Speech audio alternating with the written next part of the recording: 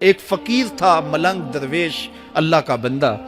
اس کی عادت یہ تھی کہ اپنے ڈیرے پہ آنے والوں کو کھلاتا، ان کو پلاتا، ان کی ضروریات کا خیال رکھتا، لیکن ان کو مالی آسودگیاں نہیں تھی.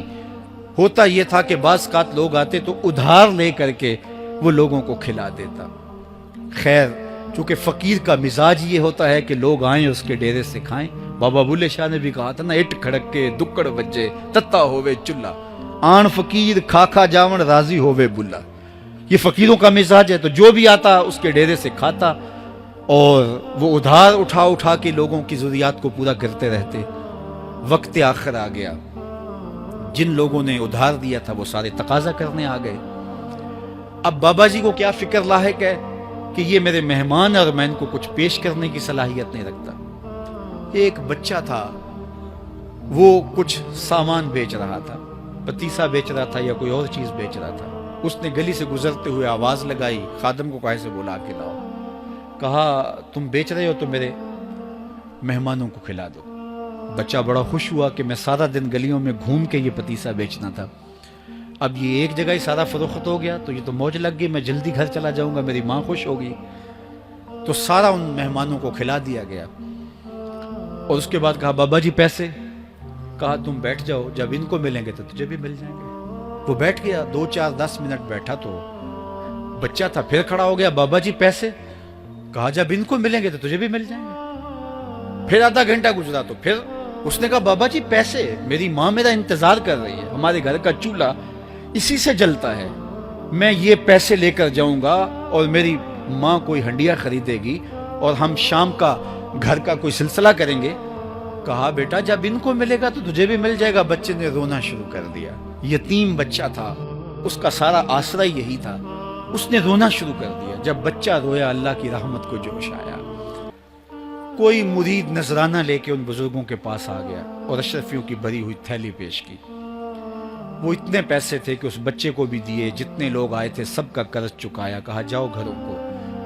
تو سب نے کہا بابا جی ہم صبح سے بیٹھے ہوئے تھے تو یہ نذرانہ دینے والا صبح سے نہیں آیا تو اب کیسے آ گیا؟ کہا صبح سے تمہارے اندر کوئی رونے والا نہیں تھا، ایک رونے والا آیا تو باقیوں کا بھی کام بن گیا. بعض اوقات کسی ایک شخص کی وجہ سے باقیوں کی خطائیں بھی معاف ہوتی ہیں.